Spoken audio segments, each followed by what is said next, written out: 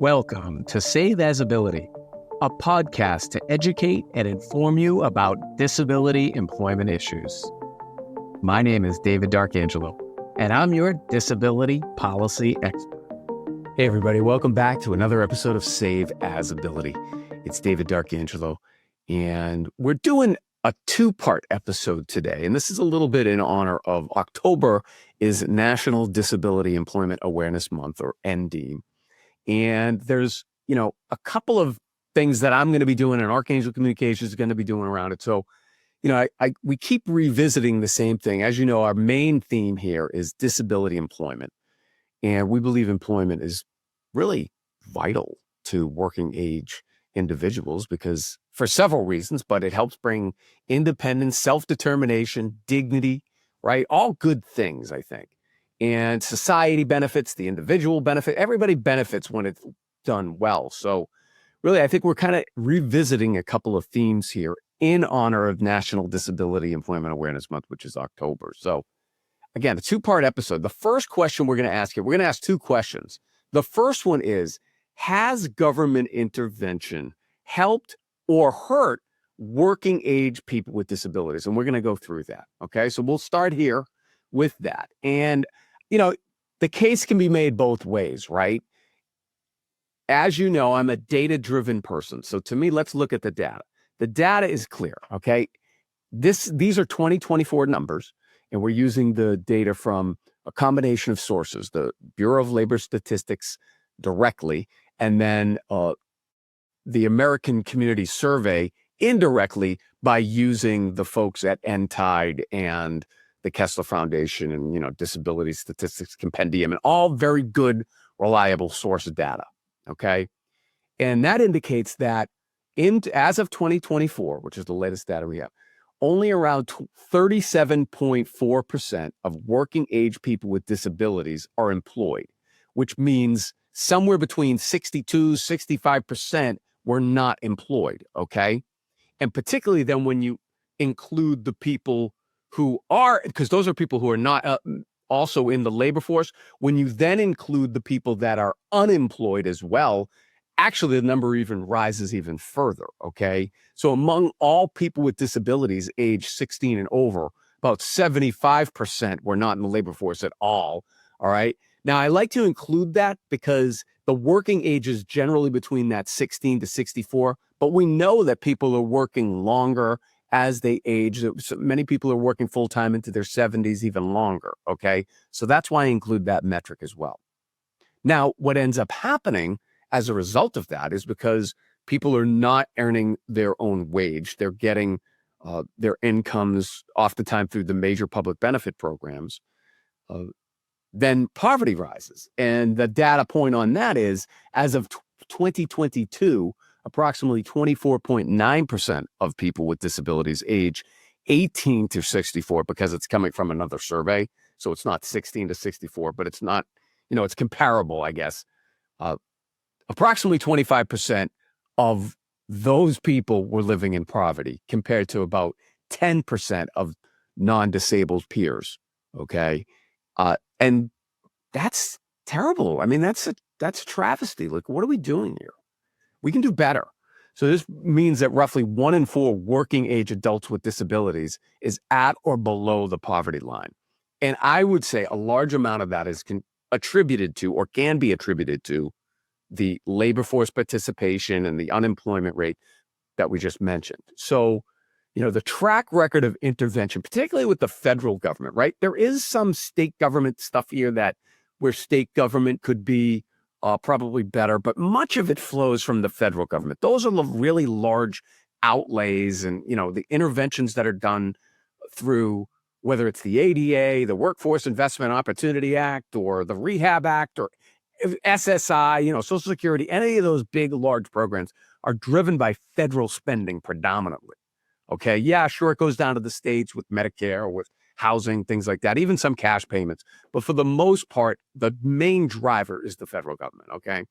So, well, what are the good things? So, us here at Save As Ability, we're positive and we're balanced, right? So there's many good things that came off of government intervention on the federal level. okay? Particularly civil rights protections, like in the ADA. Democrats, Republicans, liberals, conservative, everybody agrees that non-discrimination is the way to go. We don't want to discriminate against anybody for any reason, their race, their gender, their disability status, okay? So the ADA is really important, landmark civil rights, great. Everybody agrees. The Rehabilitation Act before it, great. Everybody agrees. So, in terms of intervention on that level, that's good. I think everybody agrees. Like, that's a role of government to set fair rules that everybody has to, live by. However, let's look at the other side. And that is, like, some of these programs disincentivize work, and they've really ended up hurting people with disabilities. They create these benefit cliffs, both for the cash benefits and for the housing benefits and for the medical coverage, So despite the fact that billions, hundreds of billions, if you want to add it all up, has been spent on these federally funded programs, the return on investment is just, it's really not there. Particularly like when you look at the federally funded workforce programs that are like, the participation rates alone speak to that. We just went over it. You've got 2/3 of all working age people with disabilities not in the labor force. And then you add in the unemployed, you get 70% of working age people with disabilities that are not employed.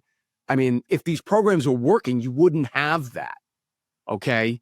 So unfortunately, much of it has been stagnant. We know from our good friends over at Entide that, we follow the first Friday of every month. They come out with the employment situation for people with disabilities using the Department of Labor data. And there has been some improvement. Okay. And that's good. But the chasm still remains. It's not a gap. It is a huge chasm. All right. So the net effect is that these numbers speak for themselves, and they speak clearly, unfortunately, that 50 years of layered government intervention, and really what it's led for the overwhelming majority of people with disabilities, is that they remain unemployed. They remained not participating. They're likely to be poor. They're likely to be in poverty, like that we talked about, or near the poverty level.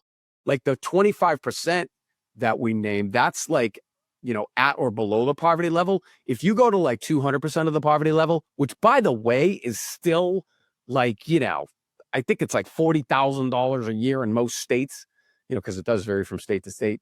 That's still like now all of a sudden you're including like 50% of all working age people with disabilities. So, this is not good for the independence and self-determination or the dignity of our Americans with disabilities. What are we doing? We've got to fix this. What I'm proposing is more market-driven solutions. Let's get rid of bureaucracy. Let's reduce regulations. Let's open this up to the private sector. I'll give you an example. We're paying, as a former state director of vocational rehabilitation for Massachusetts, the federal government is paying government workers to go out and get jobs for these people with disabilities. Well, why can't we incentivize it so that the private sector can do that? The money is there. I bet you dollars to donuts, the private sector would get better results than the 70% that we just talked about. So, challenges remain. And in part 2 of this episode, we're going to talk about some of the things that I think can really improve this. So, the challenges are real. I've experienced them myself, personally, for myself, for my family, for my friends, people that I know, but then professionally as an administrator being in these programs, working with regulations on the local, state, and federal level, and we can do better. These programs are old. They're outdated. They need to be modernized, and we need to inject new energy. We don't need to spend more. We're spending so much now, and it's not working. We just need to do it differently. All right. And that's what part 2 is. So stay tuned for part 2. David D'Arcangelo, another episode of Save Visibility. I hope you have a great day.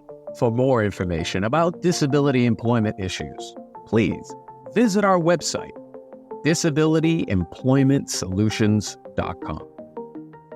The Save As Ability podcast is available on Apple Podcasts, Spotify, our YouTube channel at Disability Policy Expert, or wherever you stream your podcasts. Subscribe, stream, rate, and review our shows. Your ratings and reviews help our show reach new audiences. Produced by Pod Pro Entertainment. Save As Ability lives within a network of podcasts located at podproentertainment.com. #TheNewRadio. Again, my name is David Darkangelo, and I'm your disability policy expert. Until next time, thank you. I hope you have a great day.